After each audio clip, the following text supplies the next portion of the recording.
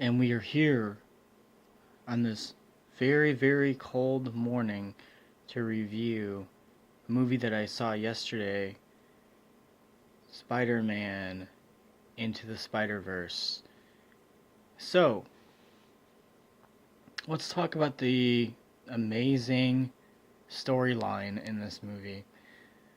So, essentially, it re-innovates the whole plot of Spider-Man from different points of views. Wonderful voiceovers, very interesting plot. I enjoyed the fact that it retells Spider-Man in a whole different way. You get brand new characters. You even get Spider-Woman. I like the voiceovers because you get so much diversity with different people who are involved in it. I think that Stan Lee would have been very proud of this movie. And overall, just a wonderful achievement, I think, going forward in film. Um, Overall, I would give it probably an 8. I think that it deserves an 8 on this review. Um, what would I say as far as action? Probably a 7.5. Storyline, I would give it at least a 6. Um, but overall, I would say this is a film that people should definitely watch. It is one of the best Spider-Man movies I've honestly seen. I was a little critical before I went to go see it because I wasn't knowing what to really expect with this, but I was very impressed with it. I thought they did a really great job incorporating all these different characters. I kind of look forward to finding out if they're going to do more movies like this. Um, but yeah, and then we're going to review one of my favorite TV shows, and that is King of the Hill. Um, Now, I grew up with Mike Judge, uh, creativity with Beavis and Butthead. I'm a huge fan of Beavis and Butthead, anyways. Now, I didn't start watching King of the Hill till probably season 3, and then I really started getting into it and watching it. And then I realized when they started putting all the seasons on Hulu, and I started watching them, this is a top-notch funny show. Um, I mean, you have so many great cameos in the show. I mean, Kid Rock, Pam Anderson. I mean, the list could go on and on. I mean, there was so many. Johnny Knoxville did a few episodes.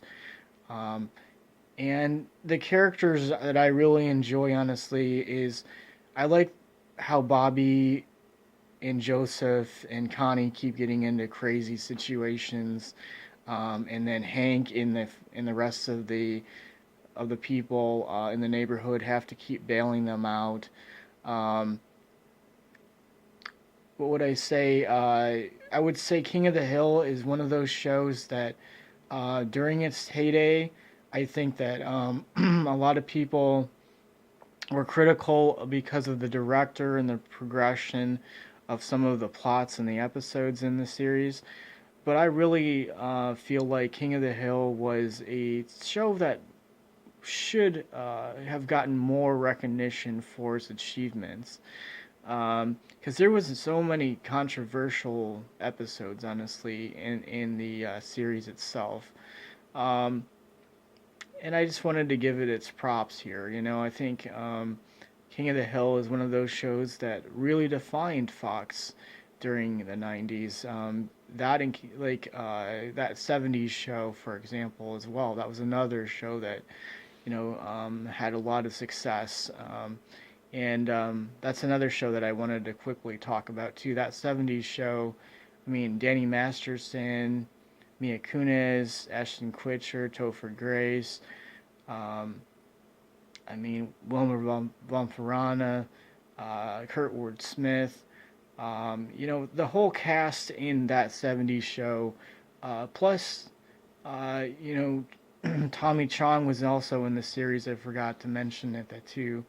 Um, I feel like those are, two shows that really defined Fox in the 90s.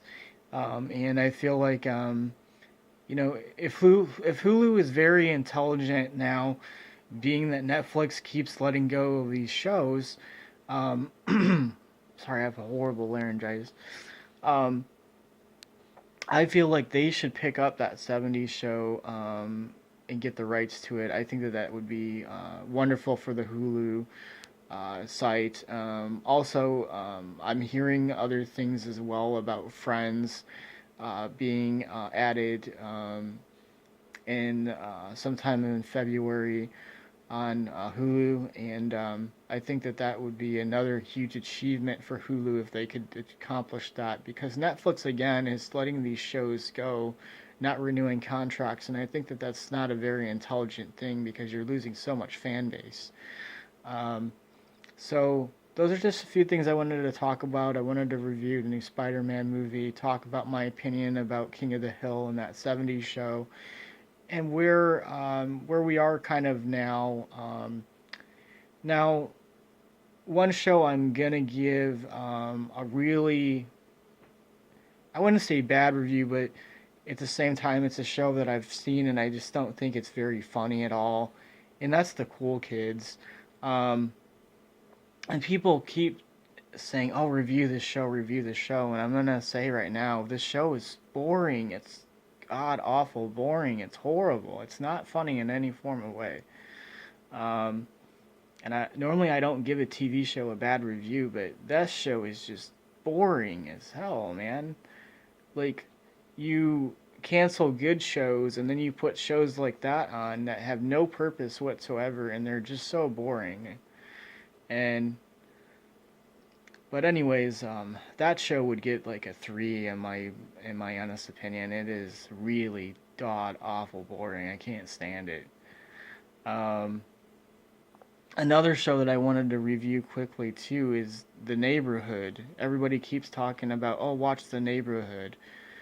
I watched the first episode, you guys, and again, it's not my cup of tea. It's not my interest. Um, I thought the humor was very bland. Um, it's horribly written. Just a very boring show in general. I'm just not interested in it. I'm gonna give that show a 2.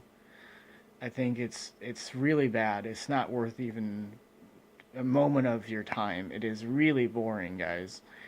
Um, but yeah, this is just a few things I wanted to talk about.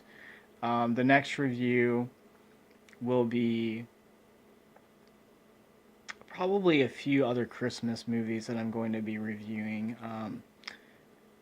I think A Christmas Story Live, I'm going to be reviewing it. Santa Baby with Jenny McCarthy. Um, there's a Mia Kunis movie I'm going to be reviewing. Um, Bad Mom Christmas, which has gotten pretty good reviews. Office Christmas Party, I'm probably going to review that. Um, so everybody have a wonderful day.